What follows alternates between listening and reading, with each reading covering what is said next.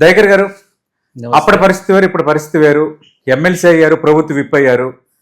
గతంలో ఎవరికి వెంటాడిన దురదృష్టం అద్దంకి దయాకర్కి వెంటాడింది. రెప్పపాటులో స్వల్ప తేడాతో 2 సార్లు ఓడిపోయిన సందర్భం మనం చూసాం. సరే, కాంగ్రెస్ పార్టీ ప్రభుత్వం అధికారంలోకి వచ్చింది. అందరిలో ఒకటే టాక్, నామినేటెడ్ పోస్టులు భర్తీ చేస్తున్నారంటే అద్దంకి దయాకర్కి ఏమిస్తారు? ప్రతి పత్రిక, ప్రతి మీడియా కూడా మాట్లాడేది అదే. వస్తుందా రాదా? ఎందుకంటే కాంగ్రెస్ పార్టీలో లెక్కలు వేరు, ఈక్వేషన్స్ వేరు, సమీకరణాలు వేరు. ఎమ్మెల్సీ వచ్చింది, ప్రభుత్వ విప్ అయ్యారు, అదృష్టం కలిసి వస్తే రేపు మంత్రి కూడా అవుతున్నారు. ఎలా చూస్తున్నారు ఈ జర్నీని మొదట, ఈ కాంగ్రెస్ పార్టీ అధికారంలోకి వచ్చిన తర్వాత? అంటే సుదీర్ఘకాలంగా నేను చాలా పరిచయం. అవును. అంటే మీడియా మిత్రులకు అందరికి కూడా. అంటే రాజకీయాలకు నేను వస్తాని అనుకోలేదు, వస్తా అనుకోలేదు అనేది కాదు. సందర్భం ఎట్లా వస్తుంది అనే అంశం మనకు ప్రిడిక్ట్ చేసేటట్టుగా లేదు. వచ్చిన తర్వాత ఒకటి ఎమ్మెల్యేనా, ఎంపీనా, లేకపోతే ఏదో అధికార పోస్ట్ కావాలని ప్రతి ఒక్కరు కోరుకుంటారు. సరే, 2 సార్లు, ఒకసారి అయితే చెప్పలేము కానీ రెండోసారి అయితే ఆల్మోస్ట్ ఆల్ గెలిచిన దాన్ని ఓడగొట్టింది. అది ఆ క్షణానికే మర్చిపోయినా. మళ్ళీ ఎట్లా కొట్టాడనేది ఆలోచన. దానిపైన పోరాటం కూడా చేశారు మీరు. తర్వాత 3వసారి టికెట్ కొరకు ప్రయత్నం చేయలేదని చెప్పలేము కదా. చేసినాం, రాలేదు. రాకుండా కూడా పెద్దగా ఫీల్ ఏం కాలేదు. తర్వాత మీరు అన్నట్టుగా ఒక ముఖ్యమంత్రి అనే పోస్ట్ తప్పితే అన్ని పోస్టులకు నాది మీడియాలో వచ్చి ఉన్నాయి.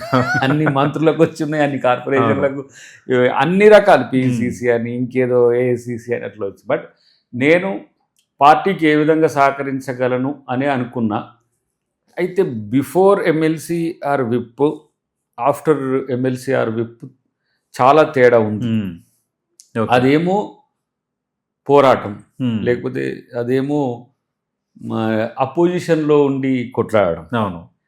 ఇప్పుడు పొజిషన్లో ఉండి చేయాల్సిన బాధ్యత, రైట్, ఇది కొత్త ప్రాక్టీస్ ఉంటుంది డెఫినెట్గా. ఇప్పుడు మీరు వస్తుంటేనే ఒక అర్జీ వచ్చింది. అవును. ఒకటి ప్రో ఉంటుంది, ఒకటి కాన్ ఉంటుంది. ప్రోను కాన్ ఎట్లా చేయాలనే దాని విషయంలో ఇది 1 year ప్రాక్టీస్, అది 20 years ప్రాక్టీస్ అది.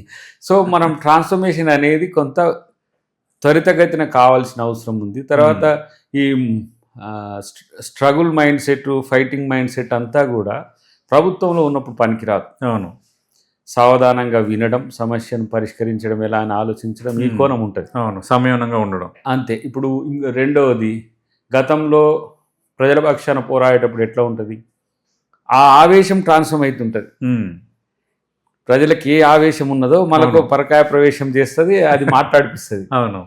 ఇప్పుడు ఆ ప్రజలు ఏమనుకుంటుండ్రు తద్వారా నేను తెలుసుకోవడం, ఎవరు ప్రభుత్వానికి వ్యతిరేకంగా మాట్లాడుతుండ్రో వాళ్ళని వినడం, వాళ్ళ సమస్య ఏందని అర్థం చేసుకోవడం, అది ముఖ్యమంత్రి గారికి చెప్పడం, సభకు చెప్పడం, మీడియాకు చెప్పడం. ఇది ఇప్పుడు నా రోల్. ఇది కొత్తదైనా సరే ఈ బాధ్యత చాలా పవర్ఫుల్గా ఉంటుంది. ఇది ఎక్కువ మందికి మేలు చేసేది. అవును, ఈ రోల్. రైట్. రేపు ఇంకే పొజిషన్ అప్గ్రేడ్ అయినా అది ఎట్లా ఉంటుంది అనేది ఇంకా మనకు తెలియదు. ప్రాక్టికల్గా నేను చూస్తున్నా కదా ఇప్పుడు.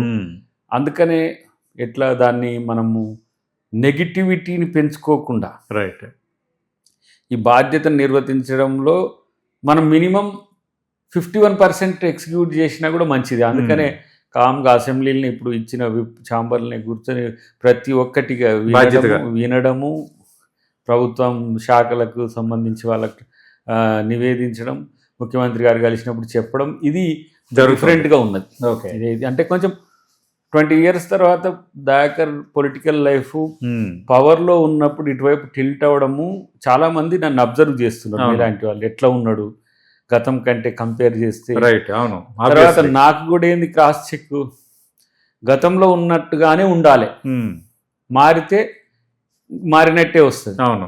అధికారం ఉన్నప్పుడు నిజాయితీగా ఉండాలి, నిక్కచ్చిగా ఉండాలి, పారదర్శకంగా ఉండాలి, విజిబుల్గా ఉండాలి. ఇన్ని రకాల సమస్యలు ఉన్నప్పుడైతేనే ఏదైనా నడుస్తుండే. అవును. తర్వాత ఎప్పుడు కూడా మనము కొంచెం దర్పంతో కానీ లేకపోతే ఇతరత్ర అహంతో కానీ పెరగకుండా చూసుకోవాల్సింది ఉంటుంది. కానీ హెక్టిక్ షెడ్యూల్లో సమ్ టైమ్స్ మీలో ఇప్పుడు ఆ ప్రదర్శన లేదు. అంటే నేను గమనించా, మిమ్మల్ని ఒక 20 సంవత్సరాలుగా చూస్తున్నాను నేను, మీలో కొంచెం అది లేదు. ఎందుకంటే లైఫ్ రాజకీయాలు అంటేనే రాజకీయం, politics is nothing but politics. మీ పైన జరిగిన కుట్రలు, ఆ, మీ పార్టీ అంటే అప్పుడు మీరు తుంగతుర్తి నుంచి పోటీ చేసినప్పుడు మీరు గెలవకూడదంటూ కొందరు తీసుకున్న ఒక సామాజిక కోణం, వీటన్నిటిని ఎదుర్కొన్నారంటే అది గుండె ధైర్యం కావాలి. రెండోది, 2 సార్లు మిస్ అయిన చాలామంది ఎందుకు ఈ రాజకీయాలని స్కిప్ అయిన వాళ్ళు కూడా ఉన్నారు.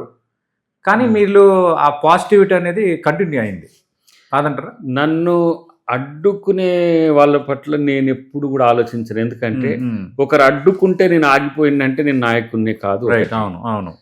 లేకపోతే ఒక లక్ష్యంతోని ఒక కోరికతోని మామూలుగా రాజకీయ నాయకత్వం ఉంటుంది.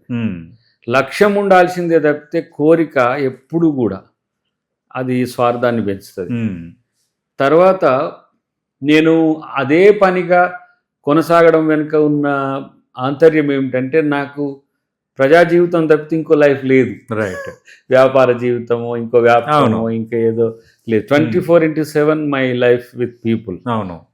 ఓడిపోయినా ఉండాల్సిందే, గెలిచినా ఉండాల్సిందే, అధికారంలో ఉన్నా ఉండాల్సిందే, లేకున్నా ఉండాల్సిందే, ఎట్లనైనా సరే నేను ఉండాల్సింది పబ్లిక్ లైఫ్. అవును.